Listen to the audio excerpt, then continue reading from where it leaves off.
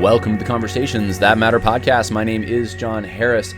Wanted to say before we get to the main topic that the semester is ending, and you have an opportunity now, if you want to get a good theology education, to start the new year right, hit the ground running with a theology education from Russell Fuller's Theology Classroom. Now, Russell Fuller has not given me a dime to say this. He's not sponsoring this.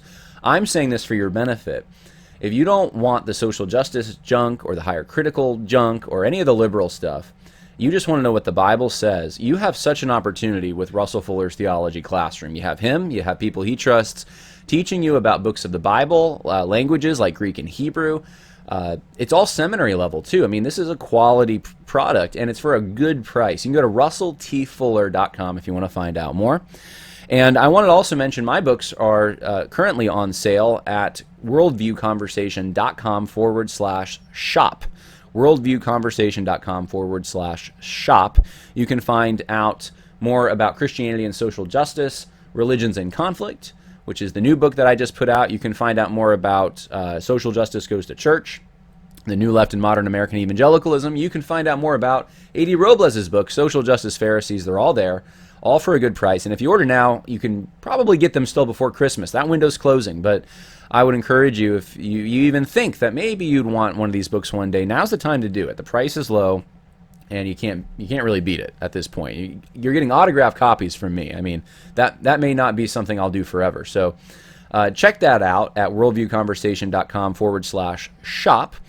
Now, to get into the topic today, I want to follow up on yesterday's video.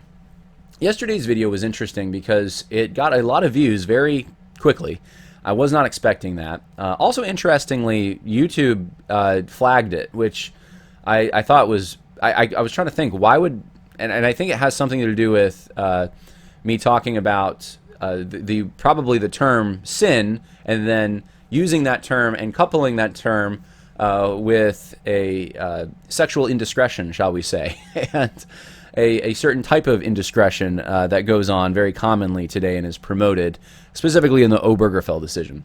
And I'm wondering if that's what it has to do with. I don't know. It's weird. YouTube is cracking down a lot more. And I've noticed, by the way, Facebook also shadow banning stuff. American Monument, Last Stand Studios, American Monument. I put it out there. When did we put it out there? That was, I don't know, a month and a half ago. And if you post something about it on Facebook, you'll get traction. If you post the link, you don't get traction. People don't see it. And I actually got an interesting phone call from one of the people interviewed, a senator from Idaho, or a congressman. It was actually in the state house. It's a representative. It was in the state representative in Idaho. And he said, I actually edited a clip where I was in that documentary, and I posted it on my page. And if you Google my name, it's the number one thing that comes up. Except when you click on it, it says video not available. And he's like, "Is that doing it for you?" And I said, "Yeah, it is." And he was like, "Well, what do we do about this? Is there something maybe how do we crack down on big tech, or can we, or what do we do?" And so this is an open question that a lot of people are trying to grapple with right now. And there's a changing landscape online that we're trying to figure out. I was just actually at a deacons meeting last night at my church, and that was brought up. Do we stream on YouTube still? Where do we go? YouTube's already taken down videos of just the pastor preaching. And so this is a problem, and this is something that I'm well aware of. Many of you are watching on YouTube, but I know that those days may be numbered, which is why I posted on Rumble, which is why I posted on Facebook as well. I prefer, if people are going to watch it, I kind of prefer they watch it on YouTube if they can, just because for many of the videos I'm able to monetize it. But that may be coming to an end real quick, and I have no delusion about that. I really think that we are on borrowed time at this point. Now, on that sad note, I wasn't expecting to say that. Let's talk about yesterday, though. Yesterday, I put out a video on Tim Keller and called "What Hath Tim Keller Wrought?" And I just talked about a few paragraphs, like 3 paragraphs from a book of his called The Prodigal God from 2008. And I said, look, in this book, when no one that I know of was accusing Keller of being a social justice advocate, which I think he already was, but he wasn't as overt about it. look, the seeds of that were already kind of here. And I thought so many of the errors, even not just that one, but others that Tim Keller advocates, you can see what seems to be the motivation in these 3 paragraphs. And so people commented on it. A lot of people watched it. I was surprised how many did.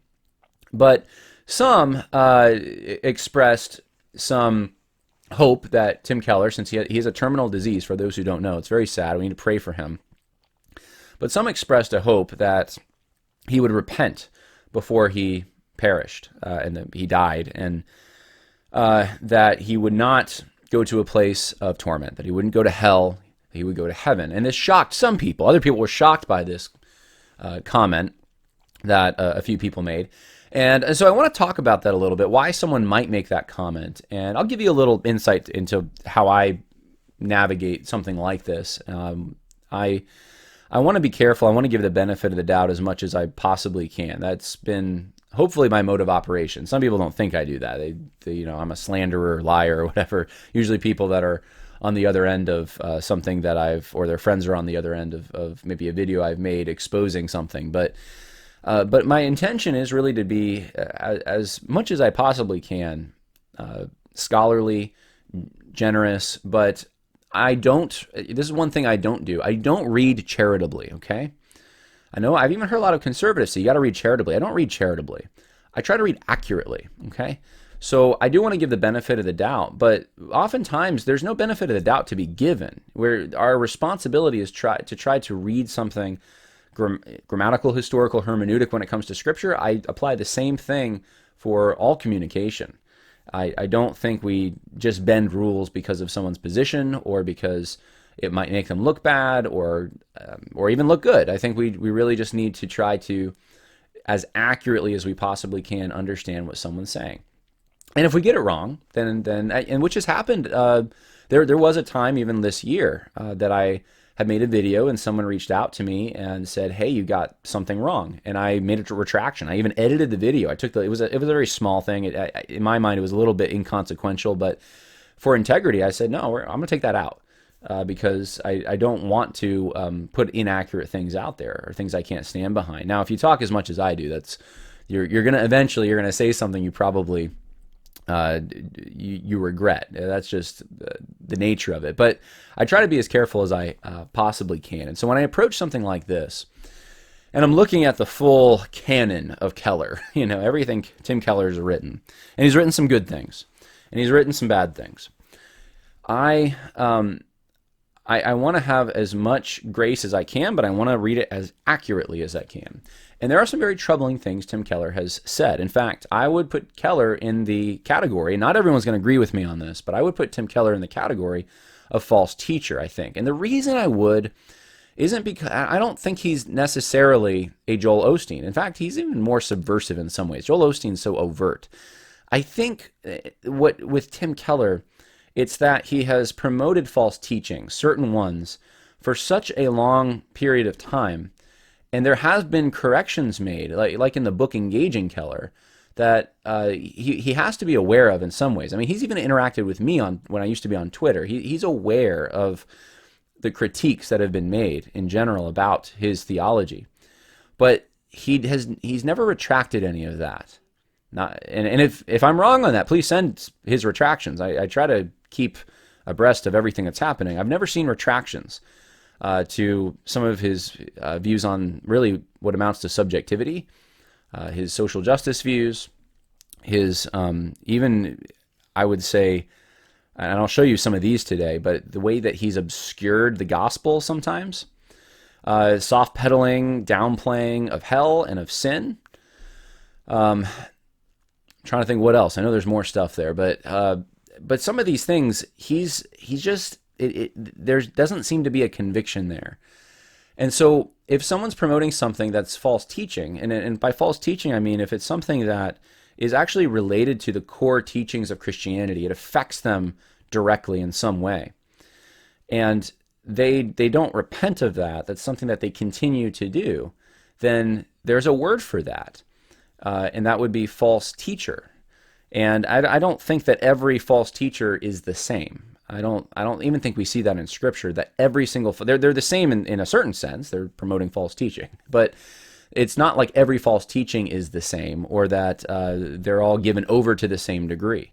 I don't. I'm going to say perfectly honest with you. I don't know where Tim Keller's going to go, and I don't think that's something for me to speculate on. And it's not even really something that I think is an interesting or important or beneficial thing to talk about from our limited view. What would be, I think, more appropriate to talk about is his teaching, whether he's promoted false things, and then to pray for God's mercy. My prayer is that he is going to heaven, that he's made some grave errors, but I also pray that of the things he said that have been wrong, that he realizes and he repents and he retracts before he leaves this earth. That will certainly have a very beneficial effect on those he's influenced. I would think some of them at least. So I know for some that's too harsh. I know for others that's not harsh enough. That's where I'm. That's where I see this though. Okay, and so I didn't. I'm not creating this podcast just to get that across, but I did, because people were discussing this, I did want to weigh in on how I navigate that. And I'll show you, though, why some people are saying they don't think he's going to heaven, that kind of thing. I'll show you a little bit of that in this podcast today. Also want to follow up with some other comments that were made to defend Keller from, I think, some very well-meaning and well-reasoned people, to be honest with you. And I think it merits a bit of a response. And so we're going to get into that today a little bit. We're going to get into Tim Keller and his teaching, and some of it at least. Again, if you want to know more about Tim Keller biographically, get Social Justice Goes to Church, The New Left in Modern American Evangelicalism. I wrote that and included a whole section on Tim Keller at the end, which I think will help many understand him, especially his political leanings and why he is the way he is. But let us start here. So these are some of the comments on yesterday's video, What Hath Tim Keller Wrought? So someone said, I'm not a Tim Keller apologist, and I don't agree with everything he says, but there is a way to read the quote in which it is absolutely true and consistent with the gospel and a sorely needed correction to the church. So for those who don't know, there's a quote from Tim Keller where he essentially says, we got to attract, I'm summarizing, we need to attract the worldly people, or people from the world, and the religious people, the Bible-believing people who fight the culture wars, they should not be attracted. They should be repelled, basically, from our churches. And if we don't do that, if that's not happening, then we're doing something wrong. So he says, hey, there's a good way to read this quote. If that quote is read with moralistic churches in mind, which are devoid of the gospel of grace, and every sermon is all law without the gospel, with motives that and produce, motivates,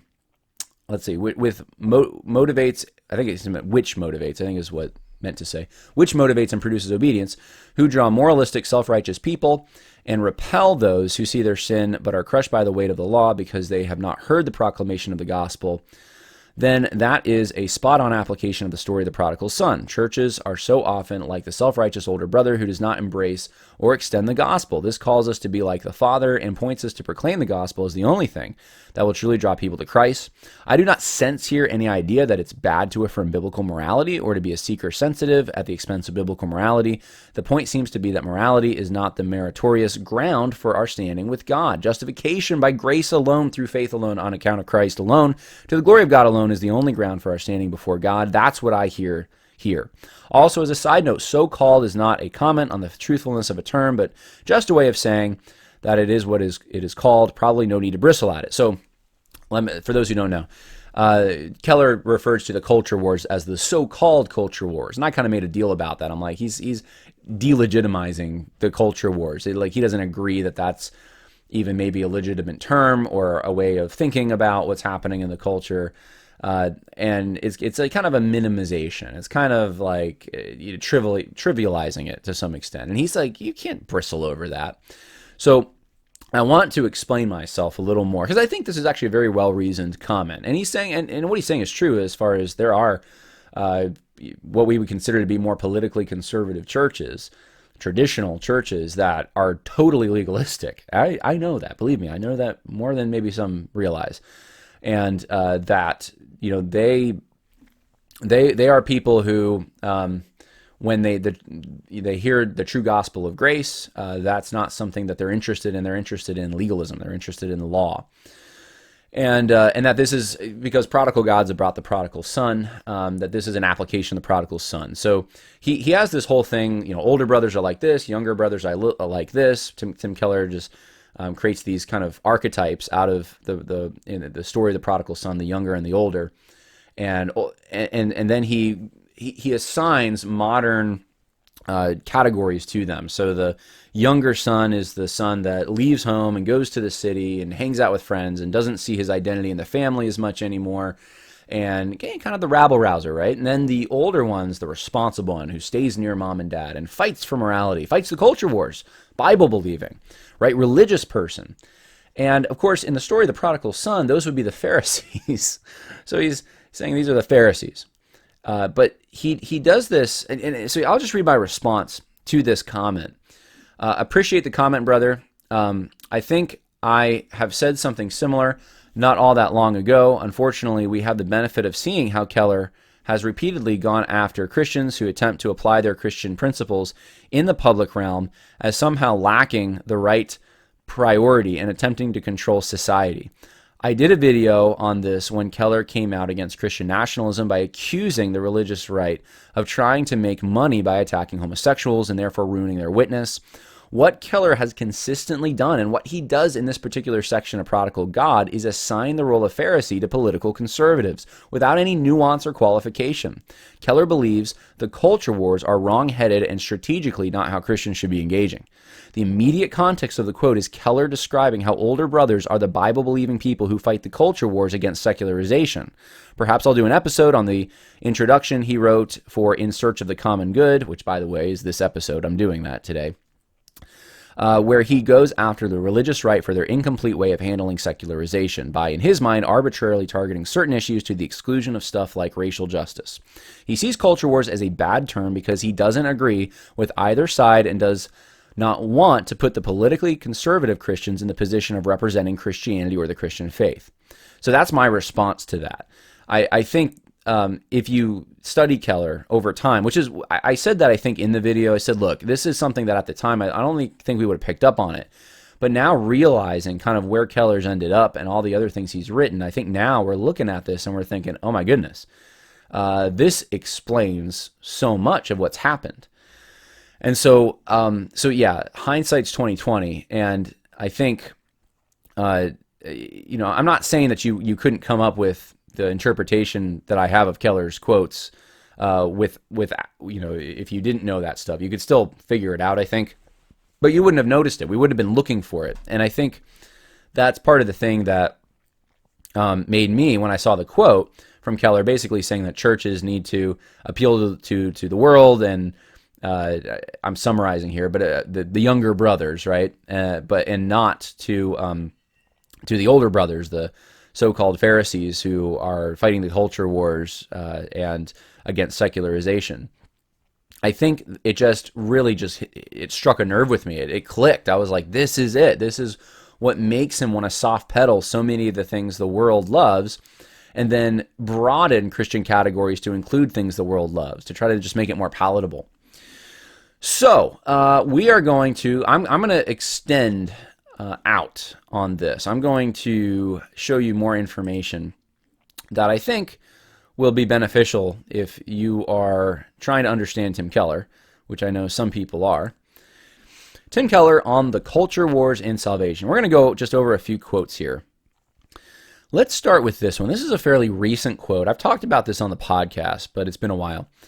Tim Keller said on March 3rd, at least that's when it was aired, 2021, so this year, "For the last 20 years, the Christian right, though I usually would agree with their positions, I'm pro-life, I still don't think that same-sex marriage is a good idea for the country or people, so I would technically be agreeing with them, but you know how they raise their money.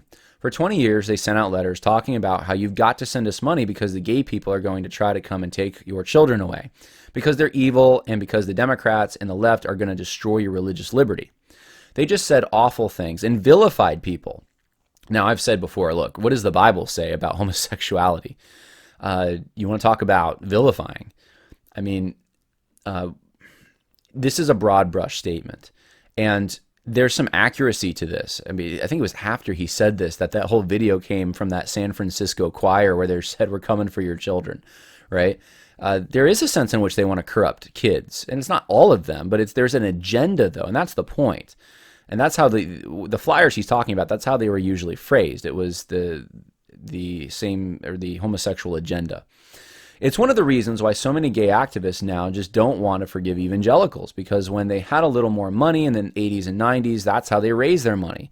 That's how they got people out, and weirdly enough, that's not the Christian way at all. So Keller is slandering, in my opinion, and I'm not saying none of that happened, because maybe you can whip out an example somewhere, but that's not fundamentally what characterized the religious right. They didn't attack people individually as that person because they are actively engaged in this lifestyle is coming for your children. It was a broader thing. It was an agenda that was coming for your children, and that's been proven true.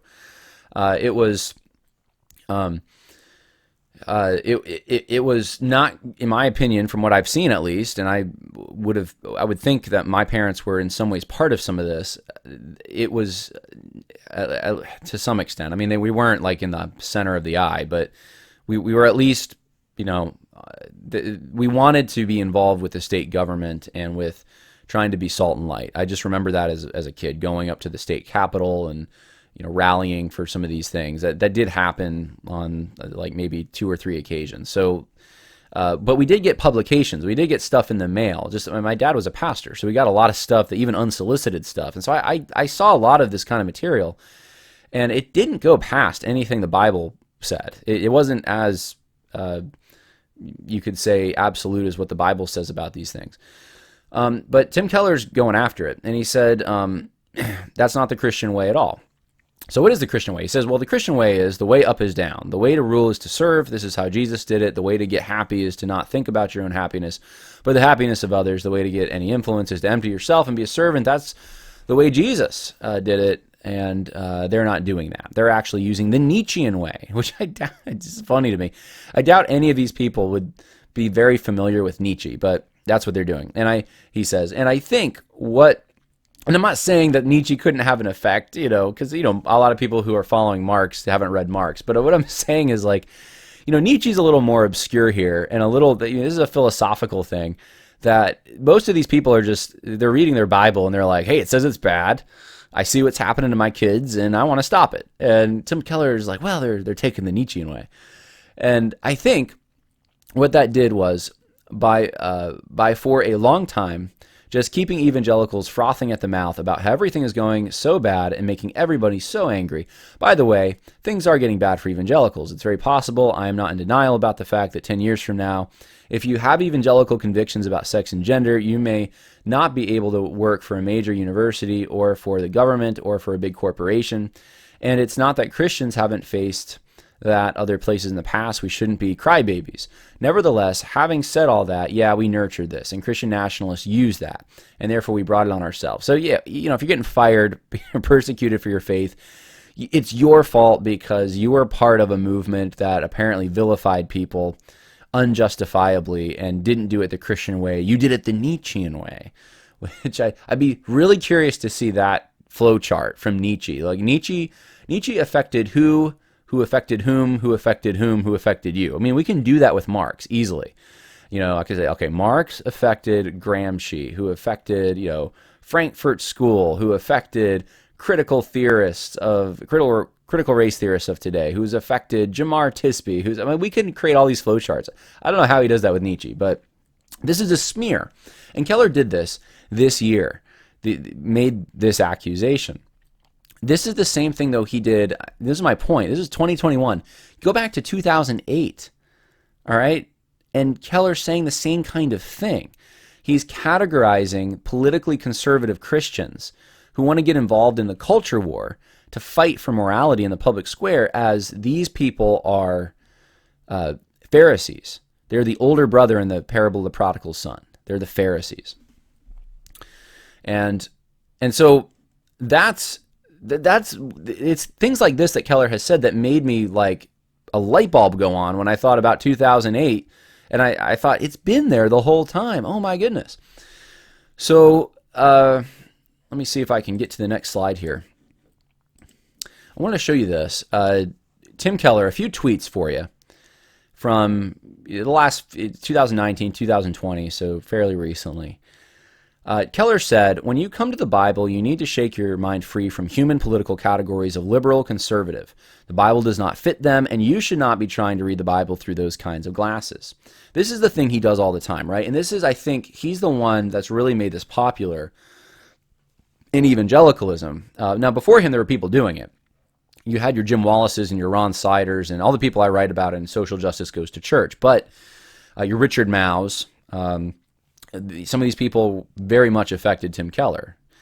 And Tim Keller, I think, made their thinking way more popular, that the Bible is just kind of, or Christianity is this, it transcends these political categories.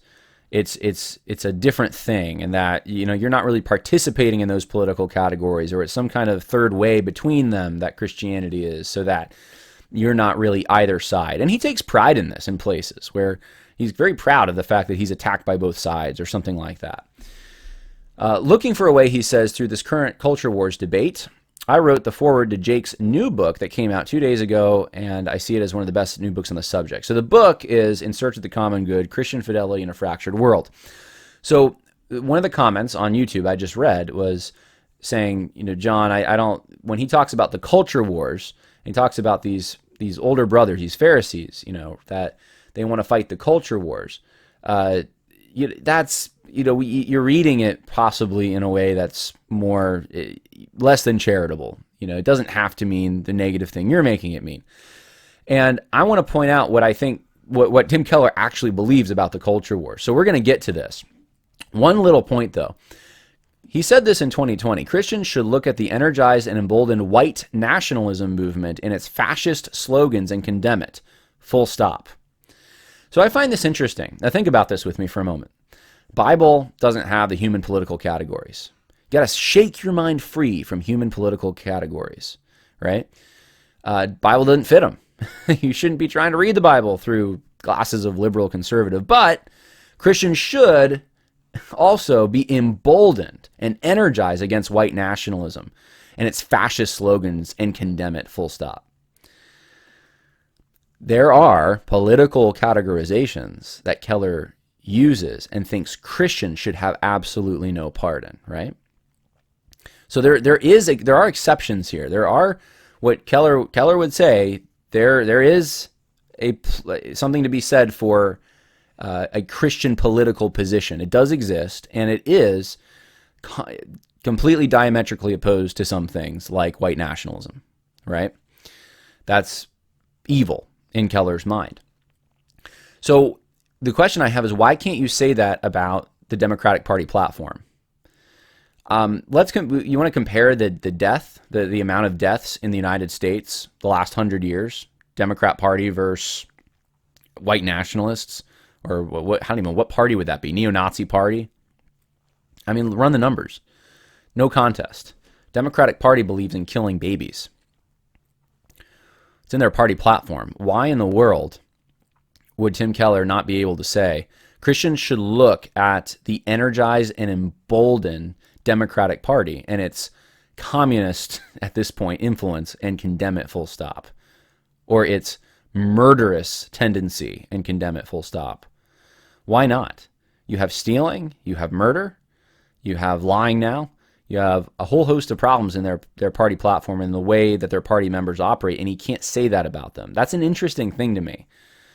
And what would motivate? This is the question you have to ask yourself. What would motivate someone to be able to condemn the one thing that doesn't cost you anything? Because there's like 3 people who probably fit this. I mean, there's not many in the United States. Why would he be able to condemn that with such, bravery? But when it comes to the Democrat Party, which he would have more influence in, he doesn't condemn it. Now, one thing that it has been proven is Tim Keller, and he's even commented on this on Twitter, he is a member of the Democrat Party.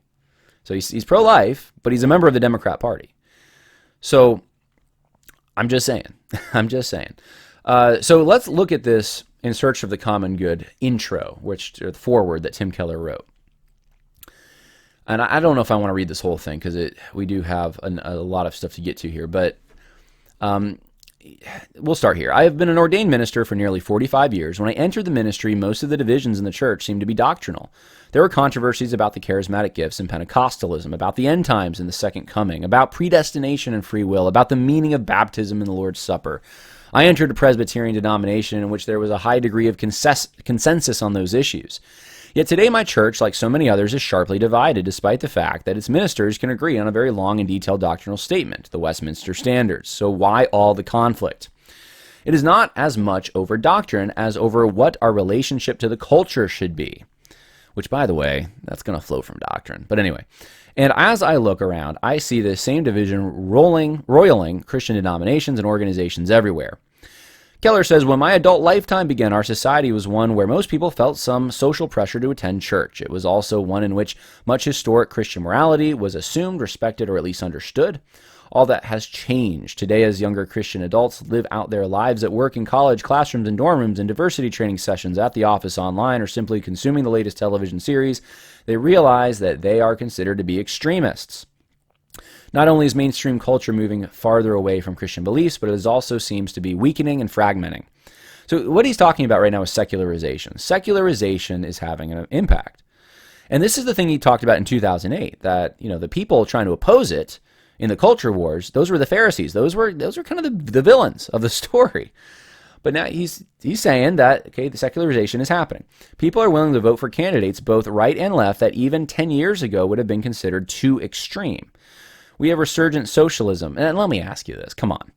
Really? On the right?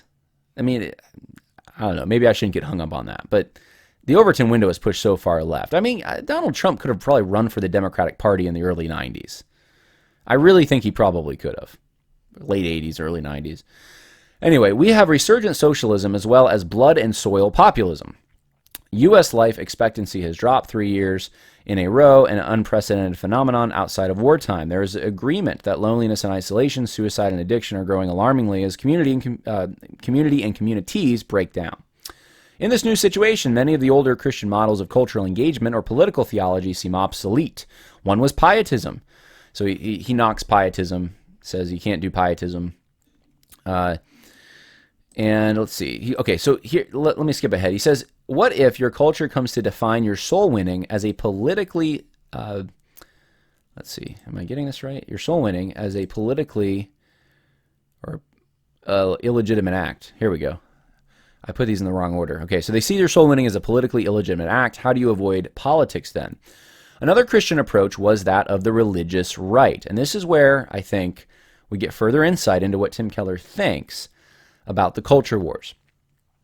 It focused on a number of policy issues tied to traditional Christian doctrines about how people should live, though it singled out only some matters of abortion, marriage, and religious freedom. It never spent time thinking out the implications of Christian teaching on matters of race, economics, or justice.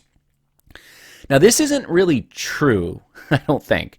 He's accusing the religious right of, hey, these people, they should have been sages, I guess, sitting under a lotus tree thinking about these other matters and getting their theology right about race, economics, and justice. The reality is that the religious right was a populist movement. It was a groundswell populist movement that arose in reaction to some things that took place that were very detrimental in society. That was really the purpose of it more than anything else. And that's not a wrong thing. Some people say that's so wrong to have to be known for what you're against. No, actually, they're for certain things. They're for babies living, right? They're for marriage. They're for things, which is why they're against those who are trying to tinker with those things. And so there's a tendency in Keller and a lot of like neo-Kuyperian kind of people I've noticed. There's just a tendency that you have to have like this fully fleshed out kind of worldview that answers all the questions in order to be able to quote unquote engage culture. And that's not really the case. We live in circumstances. We live in certain times, and certain times call for certain things.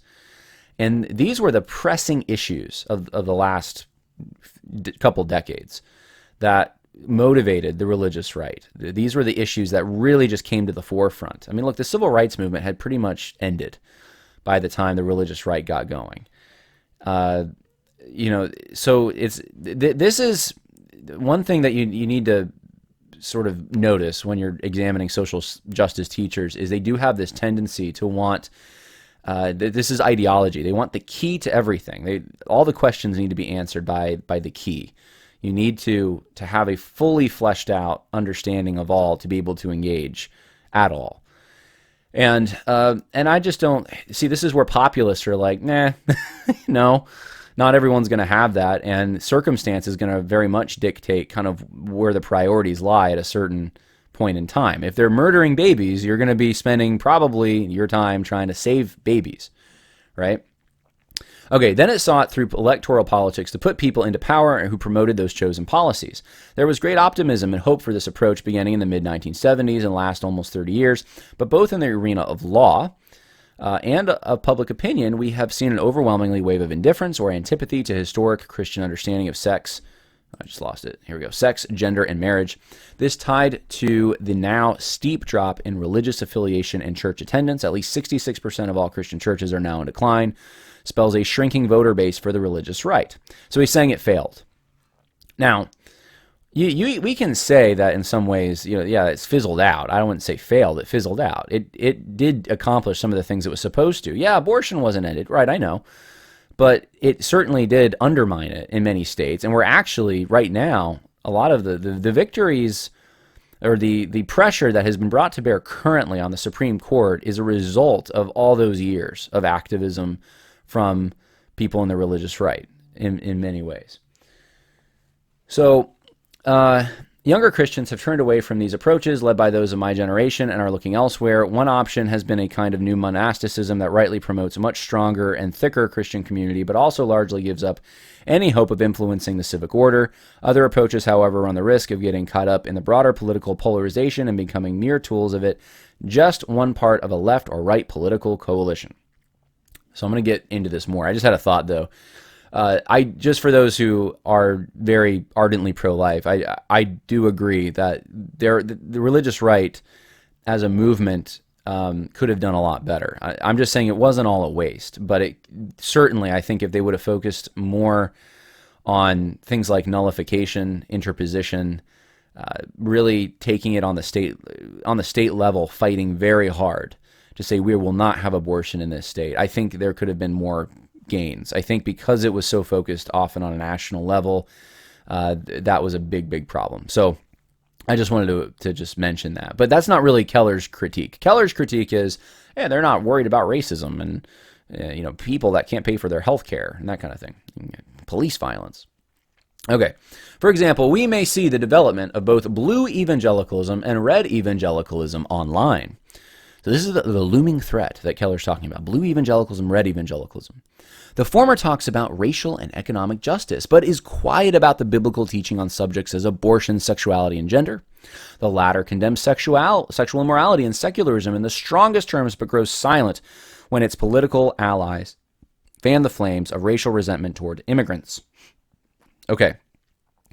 So this is the left-right dichotomy Tim Keller promotes constantly. That both sides are incomplete, they're both lacking, they're both not biblical, they only have a part of it, but if you're really going to be a true consistent Christian, you'll be like Tim Keller and you'll care about all those things.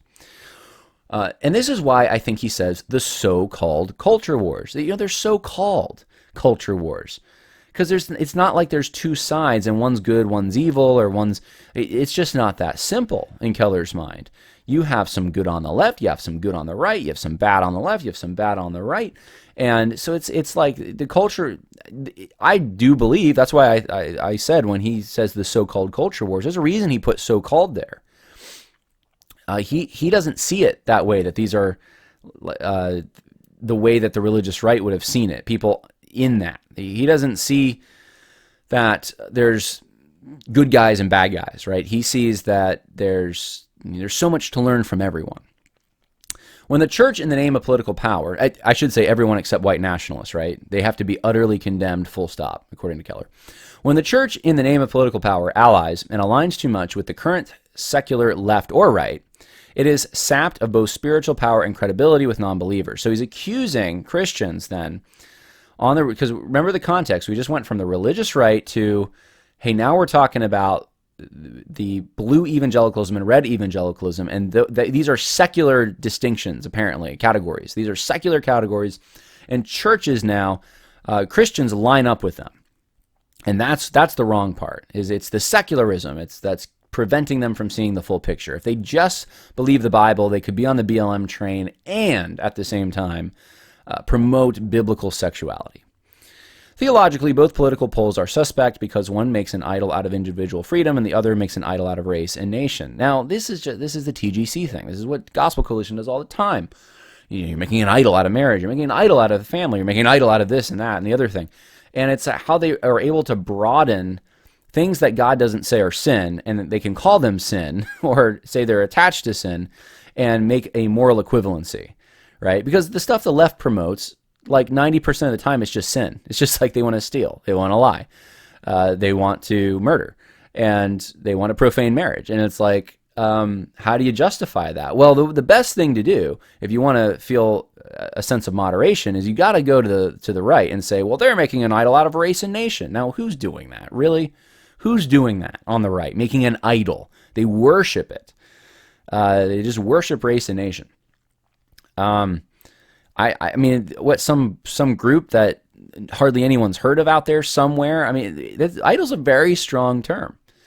And this is the kind of thing, they just throw this around there. Keller throws it out there just as if like, oh, everyone knows that's what's going on. Doesn't really argue for it. In both, something created and earthly is deified. Extreme progressivism. So I guess that was like the normal. Was that normal, like, conservatism? Normal right wing is to make an idol out of race and nation. That's just the normal status quo, I guess. But extreme progressivism detaches individuals from community and history and any concept of truth. But the nationalism and racism that might replace it are no answer to it. So this is someone who's reading probably a lot of New York Times. If you are looking for a way forward, I can think of no better starting point than this book. And so he just goes on and compliments the book.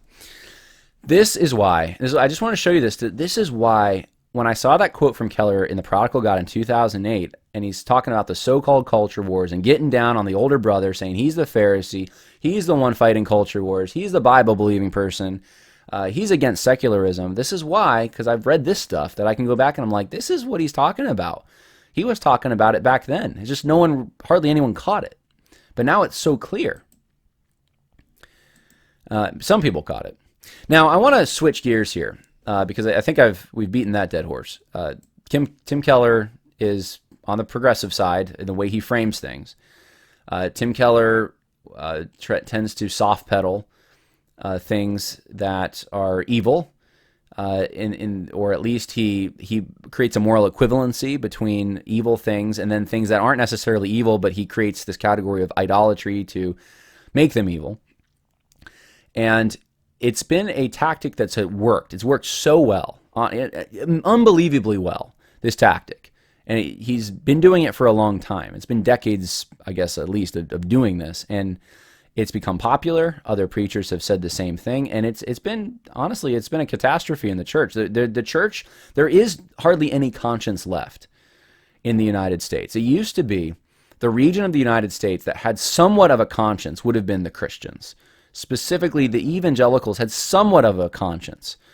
And I'm not saying they were perfect or they got everything right. I'm just saying that there was a moral standard there of some kind. They did go to the ballot box and try to vote for moral things.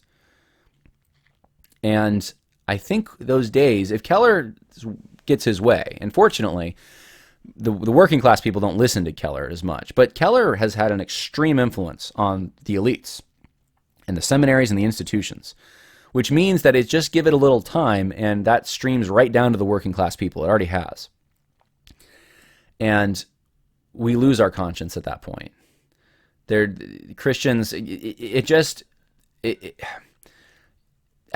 a certain point, you just can't make any decision because no matter what you do, this side has a point, that side has a point. It immobilizes you. You can't be morally clear. It's very hard to be, at least. So let's talk about something else, though. Let's switch gears here. I want to talk about why some people, I think, are saying things like they hope Keller repents because they aren't confident that he's going to be going to heaven in his current state.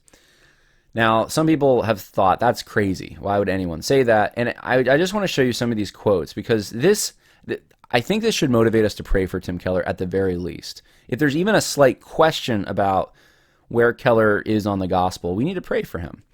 So I'm not one to just throw my opinion out there, and I'll tell you when I'm doing that. But to have a serious conversation about this, I need to show you some things Keller's actually said and why some people who know about this are saying what they're saying. Keller said this, and I've listened to the whole speech. This was in 2006 at the Entrepreneurship Forum in Times Square. So he's talking to businessmen, and he said this: the whole purpose of everything God is doing in redemption, is to create a material world that's clean, that's right, that's pure. A material world in which there's no disease, there's no death, there's no unraveling, there's no decay. The whole purpose of salvation is to cleanse and purify this material world. That's the whole purpose of salvation. And I've listened to the whole thing. Context doesn't make it better, guys. The whole purpose of salvation is to cleanse and purify this material world. The purpose of everything God is doing in redemption is to create a material world that's clean, that's right, that's pure. He's telling Christian businessmen this. What's God's purpose in salvation? Let me read for you Romans 8:18 through 30. For I consider that the sufferings of this present time are not worthy to be compared with the glory that is to be revealed to us. For the anxious longing of the creation waits eagerly for the revealing of the sons of God. For the creation was subjected to futility, not willingly, but because of him who subjected it, in hope that the creation itself also will be set free from its slavery to corruption into the freedom of the glory of the children of God.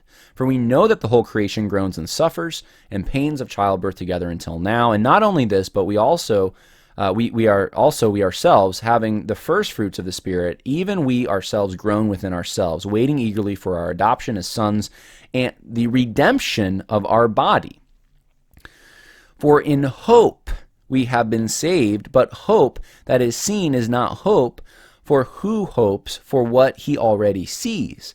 But if we hope for what we do not see, with perseverance we wait eagerly for it. In the same way, the Spirit also helps our weakness, for we do not know how to pray as we should, but the Spirit himself intercedes for us with groanings too deep for words. And he who searches the heart knows what the mind of the Spirit is, because he intercedes for the saints according to the will of God. And we know, and this is the part I want to emphasize the most here. I read all that for a reason. I'll tell you why in a minute. We know that God causes all things to work together for good to those who love God, to those who are called according to his purpose. For those whom he foreknew, he also predestined to become conformed to the image of his Son, so that he would be the firstborn among many brethren. And these whom he predestined, he also called. These whom he called, he also justified. These whom he justified, he also glorified. So, what do we see in this? Do we see that there's an aspect, or a section that is concerned with creation? Yeah, we do. Creation is waiting, subjected to futility, groans. Whole creation groans and suffers. And then he's saying this is creation. Creation's under a curse because of sin. But he says we ourselves, having the first fruits, groan and suffers. Let's see. We having the first fruits of the Spirit, even we ourselves groan within ourselves, waiting eagerly for our adoption as sons, the redemption of our body. When he turns to talk about man, that's when he starts talking about we're going to have a redemption of our body, saying that there's a golden chain of redemption here. And what is it? That God causes all things to work together for good. To who? For those who love God and are called according to his purpose. What's the end goal of it? To be conformed to the image of his Son, so that he, meaning God, Jesus, would be the firstborn among many brethren. This is the work God is doing in us. This is the state of affairs he is bringing into being, in which he is the firstborn among many brethren, which we are conformed to his image. God's whole purpose in salvation is not to cleanse and purify this material world. No. No, far from it. If there's any emphasis in God's purpose for salvation, it's to redeem a people for himself. And it's for the world to come. It's for the not temporal world, the eternal realm.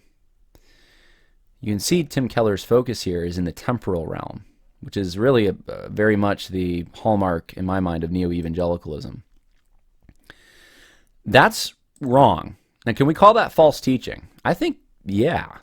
Now, one quote I would want to know, did you mess up that day? Maybe that's what happened, right? You want to be careful when you just have one quote, but it's not like this is the only thing. I want to read for you, this is a section from the book, Social Justice Goes to Church, New Left and Modern American Evangelicalism. And I've read all this. In 1970, Keller heard all the primary sources, that go into this.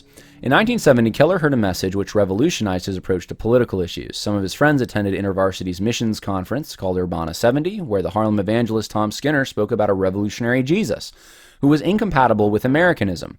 Skinner taught that the evangelical church had upheld slavery in the nation's political, economic, and religious systems, while greedy landlords paid off corrupt building inspectors, police forces maintained the interests of white society, and the top 1% controlled the entire economy. Evangelicals were silent and even supported the industrial complex. The 20-year-old Keller already resonated with the New Left critique, but Skinner's way of incorporating it into Christianity was new for him. His friends gave him a tape recording of Skinner's talk, and Keller could not listen to this sermon enough.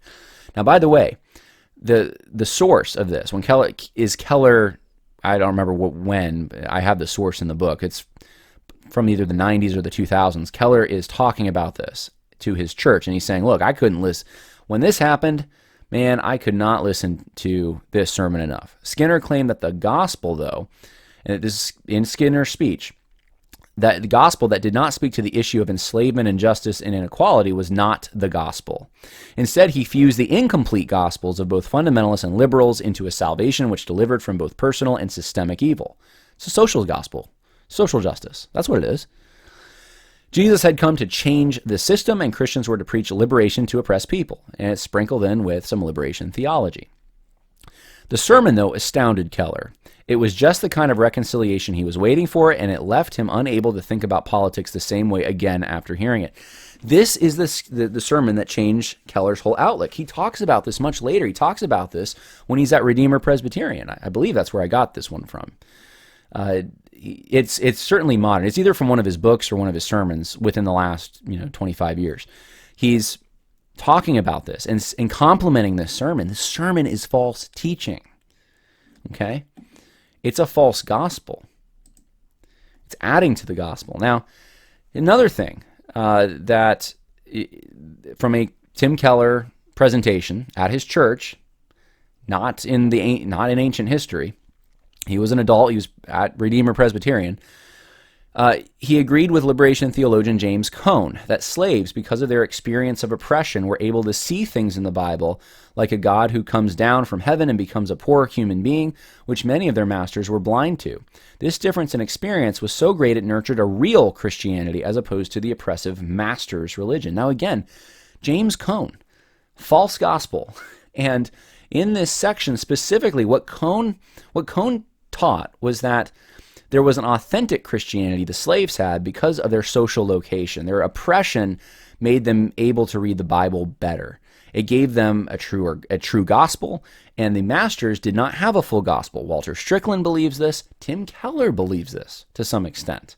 At least he believes that there was a more authentic Christianity, a real Christianity. So what does that mean? The real deal. You have the gospel with the slaves, but not with the masters.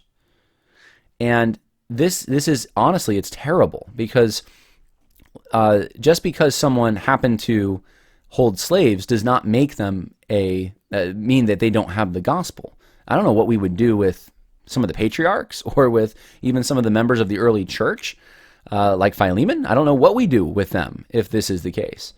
That's saying, well, because they did something ethically we disagree with, they must not have had the gospel.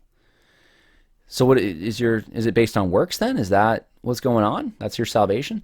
See, law and gospel, you have to they are separate categories.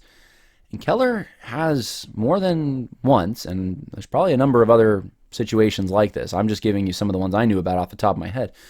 He has more than one time obscured things. And it leaves you an option. It leaves you, you could say, this is just like, say it's just like Peter or something, and he's just being unclear, been unclear for an awfully long time. Or you could say, look, he articulated it right over here, so he's Peter. Could do that. Or you could be afraid, and you could say, because it has been so long, maybe he's like the Judaizers. This doesn't even touch on some of the other things that he's promoted that have just been plain compromising and wrong and false teaching. This is why I think some people are concerned for him, to the extent that they don't know whether he's going to be in heaven or not. And I don't know where he's going to be, but I would say that this should at least cause us to have some fear, some holy fear. And we can at least say that there's false teaching going on. So this is just me giving a follow-up to yesterday's video, since there were some questions that I thought merited an answer, and I hope this answers that. Again, not to get down on Keller unnecessarily, but Keller has influenced a lot of people, and a lot of people are fighting battles even at their churches over teaching from Keller that's been promoted, and so I want to help them out a little bit here too. Slideshow, I'll put in the info section, a link to where you can find books that I'm putting out there in the info section, and of course check out Russell Fuller's Theology Classroom, russelltfuller.com, and hope that was helpful. More coming later in the week. God bless. Bye now.